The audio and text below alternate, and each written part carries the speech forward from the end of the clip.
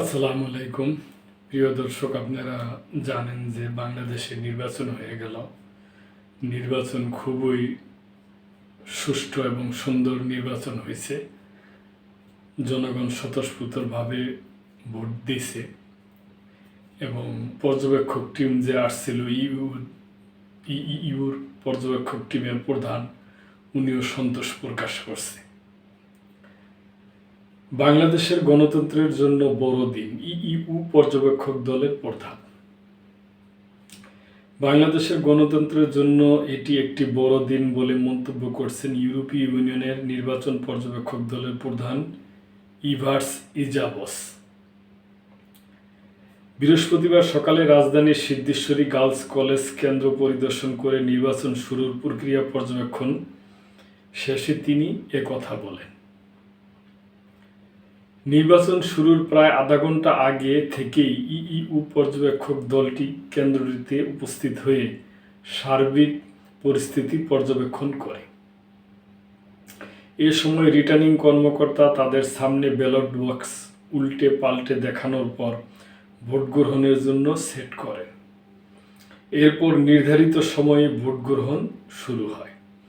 পরবর্তীতে সাংবাদিকদের সঙ্গে কথা বলে ইভার্স ইজাবস বলেন, এখানে নির্ধারিত সময়ে নির্বাচন শুরু হয়েছে। আমরা সকালে ভোট গ্রহণ শুরু হতে দেখেছি। তিনি আশা প্রকাশ করেন, শুধু রাজধানী নয়, সারা দেশেই অংশগ্রহণমূলক নির্বাচন অনুষ্ঠিত হবে। পাশাপাশি দিনের বাকি সময়ও পুরো প্রক্রিয়া পর্যবেক্ষণ করবেন বলেও জানান তিনি। এ কেন্দ্রের প্রথম ভোটার রীতা খন্দকার বলেন, দীর্ঘদিন পর ভোট দিতে পারছি। খুবই এক্সাইটেড লাগছে।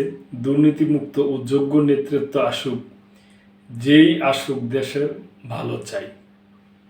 সকাল থেকেই কেন্দ্রটিতে শান্তিপূর্ণ পরিবেশে ভোট গ্রহণ চলছে এবং ভোটারদের উপস্থিতিও লক্ষ্য করা গেছে।